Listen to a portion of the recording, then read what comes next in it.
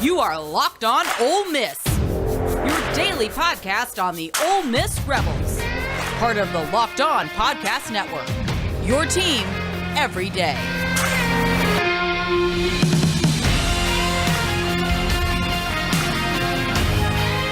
All right, good morning, everybody, and welcome to our signing day coverage of early signing day. 9 out of 12 signees have already come in. Also, thank you for making the Locked On Ole Miss podcast your first listen every day. We are free and available wherever you get your podcast, including YouTube. So do us a favor, subscribe to the YouTube channel, hit the bell for notifications, and of course, participate in the conversation by commenting below and upvoting the video itself. Some big names have already come in. We're still waiting on the biggest name, but 9 out of 12 have already signed, including Aiden Williams, the wide receiver out of Ridgeland, Mississippi. Currently, he is probably one of the top signees in the board with Kedrick Riscano. Both of those have signed. Kedrick Riscano is 6 foot, 205-pound running back out of New Caney, Texas. Aiden Williams, the heir apparent to that number 1 jersey. And I'm pretty excited about that. Last night, I actually got a couple of DMs, and even though we don't really do news, wondering if Aiden Williams was going to actually sign, because I think he has a party or something in mid-January. And I was trying to figure out when's the actual LOI going in, because he can't sign at that particular moment. But the LOI came in, he signed on early signing day. That's a big win for the Rebels.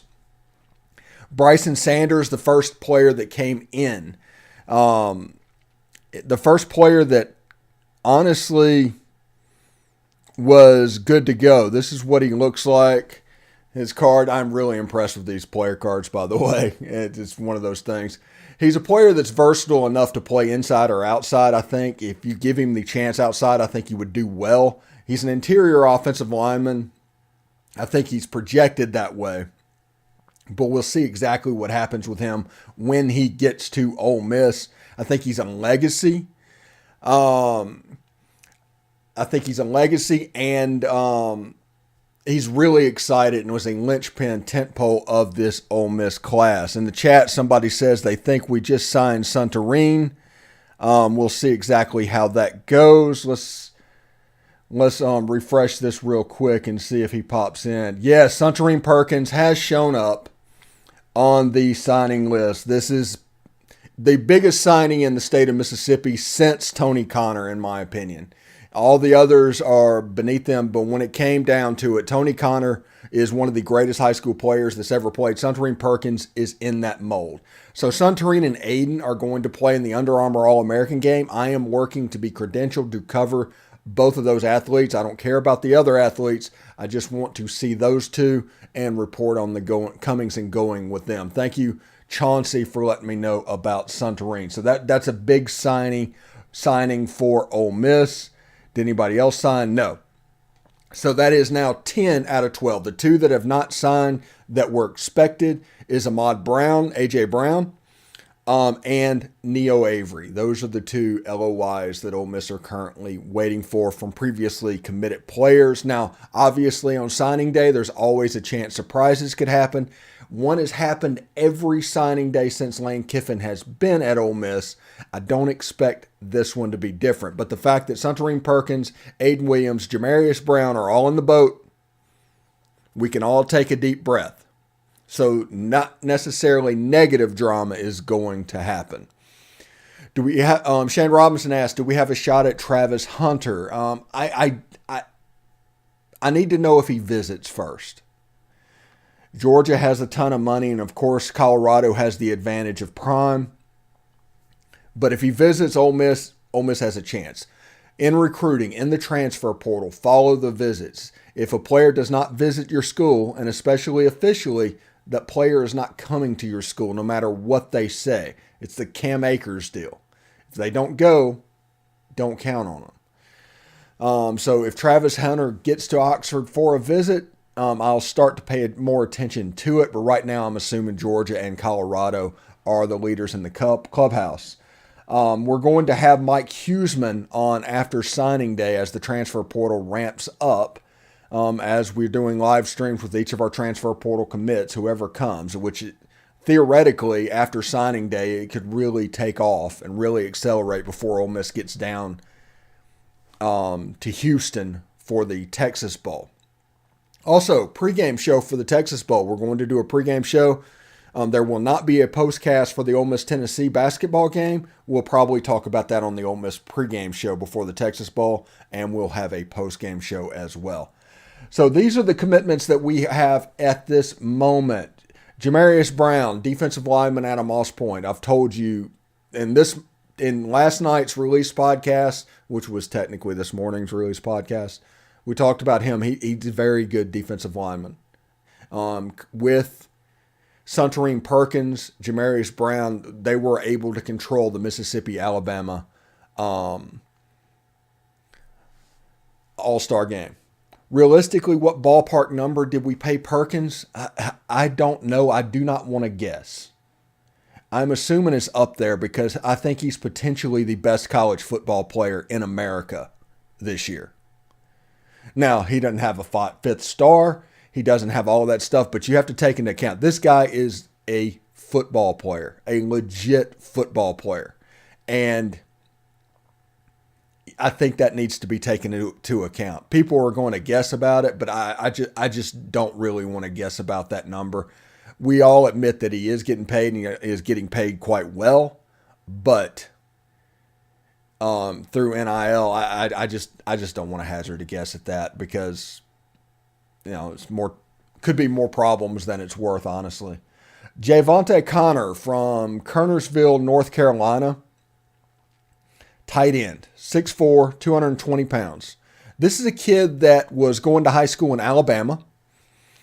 And in Alabama, he was a really good player. But when he moved to North Carolina, his recruitment kind of got stunted. And it's hard to even find a photo of him, as you can see above.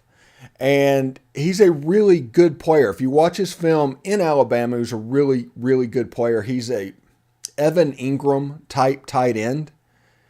And I expect him to flourish pretty well in this offense. If you look at the tight ends that Ole Miss are recruiting, that should give you an idea of what they're thinking at the tight end position. So I really like Javonte Connor. He's only a 3-star, but that's, like I said, because he moved from Alabama to North Carolina, and that kind of stunted his recruitment. But I expect him to do really good things for Ole Miss in the future. Now, if you look at Daniel Demery, I've heard rumors about him potentially in junior college. I do not know. I don't know where he's going to be. I know he's a really good player. If you watch his film, he has extreme Tysheem Johnson type ability. That's the way he plays the game. Ladarius Tennyson, he's a hyper-aggressive safety. Really, really good player, and the guy just makes plays back in the backfield. Looks like Maryland is making a hard push at Neo Avery. Do you think we hold on? I do not know. That is always going to be a weird recruitment with that kid from Maryland and the home state school making a hard push for him. It could happen. Maryland does have Under Armour money behind them. We always joke about Oregon and Nike money. Maryland has Under Armour money behind them. So we'll see exactly what happens with Neo Avery. Do we still have the quarterback from Florida, Davin Widener? That I do not know. He's a preferred walk-on. So I don't have the up-to-date information on him. Good player. A couple of walk-on quarterbacks we signed last year. Pretty good players. And I'm sure they were taking the go to Ole Miss and build up and leaving the transfer portal market into heart. So we'll see exactly how that goes. A player that I'm low-key excited about in this signing class and the LOI is in is Skylar Mann. And you look at him and he's at the bottom of the commit list. And he's at the bottom of the commit list because he's a little bit too small to be a linebacker. He's a little bit too slow to be a safety. But when you put a box safety in a system that we have, he is a perfect fit for that. It'll be interesting to see how he grows and the weight that gets put on about that. How does Suntarine compare to Nakobe Dean? man, this is a huge pickup. This is from Chauncey. I think he compares very favorably. If you look at just football player, I think Santorin has the advantage. At linebacker, Nakobe might have the advantage, but the versatility puts Santorin over the top. That's the reason I compare him to Tony Connor, because of all the stuff he can do. If you look at the state championship games of players historically that just have to do everything and just will their team to win, you look at him. You look at J.J. Pegues for Oxford High School when he played quarterback in like 6 different positions to try and will the Chargers to a state championship. You've got Santorin Perkins, which Raleigh absolutely had no business winning that game. They won the state championship because of Santorin Perkins, essentially, because of everything that he did. Nakobe Dean, though, fantastic player. He's an elite linebacker. And he would be in that conversation whenever we have of GOAT of all time in the state of Mississippi. I'm there with Marcus Dupree and players like that. All of those guys deserve to be in the conversation for that. And like I said, a lot of it is the versatility that you get in high school football that you will not get in college football. But in high school football, Santorin Perkins absolutely dominated. His state championship game of 300 rushing yards, 2 touchdowns, 4 2-point conversions, and the game-sealing interception. Then he goes down to Mobile, Alabama, and does the same thing with 5 stars on the field. Was the best player in the game. We'll see whenever he gets down to the Under Armour game if he's the best player on the field. I think there's a chance that could happen. And everybody looks at the ranking and sees what's going on. I think there's a chance he's the best football player in America. Unbelievable steal, Santorin Perkins. Also, Aiden Williams. I don't think we need to underestimate how big of a signing that is. Ole Miss obviously needs outside wide receivers, and Aiden Williams is that heir apparent for that number 1 jersey, in my opinion. I think he can do all this stuff. We've talked to John Garcia several times about it, and he talked about how Aiden's big enough to where he can just out-physically dominate you, but he's smooth enough to where he can finesse around you. He can beat you in multiple ways. And I think, and like I said, I have not seen many Ridgeland games, so I'm not aware of the talent there.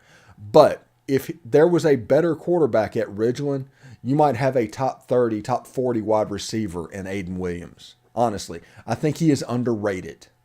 So that is my opinion on that. Now, today we are going to do this live stream 2 or 3 times. We're going to have one at 9 o'clock Central and at 10 o'clock Central. And then we're going to do a wrap-up show that'll probably be pre-recorded with Kara McCutcheon. That is our plan for today. And that wrap-up podcast will be the podcast tomorrow, because after today, I'm going to take a little break. Just heads up. And we will talk about what's going on. Now, the transfer portal is percolating as well. Jeremiah Jean-Baptiste, or Jean. Like I said, we're early in this relationship. Pronunciation, I'm not 100% sure of. Joshua Harris, big road grader, defensive lineman. Really position of need, and potentially one to where you can move a J.J. Pegues to another position, and all of a sudden you can make that defensive line a little bit more stout and solve a little bit of the physics problems that happens in this defense. So I'm going to refresh it real quick to see if any others came in. Like I said, somebody in here said that they're coming for Neo Avery. Like I said, I don't doubt that. I haven't seen Ahmad Brown at this point either. Those are the 2 that are out there. The unknowns that I don't know about, that I haven't seen, if something has happened since I am going. Look at that. We got our own spam bots. That's sweet. Just a second. Let me get rid of them. So when you look at somebody like A.J. Brown, Ahmad Brown, Neo Avery, those are the 2 main things that we're going with. And just a second.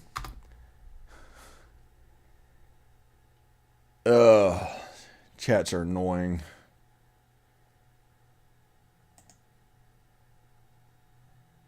But anyway, if anybody's interested, apparently hot girls are waiting there. So we're going to talk a little bit about, I had to open up the chat room, so whenever they post again, I can ban them. But until they post again, I can't make them go away. So sorry about that. Neil Avery, A.J. Brown, Caden Lee.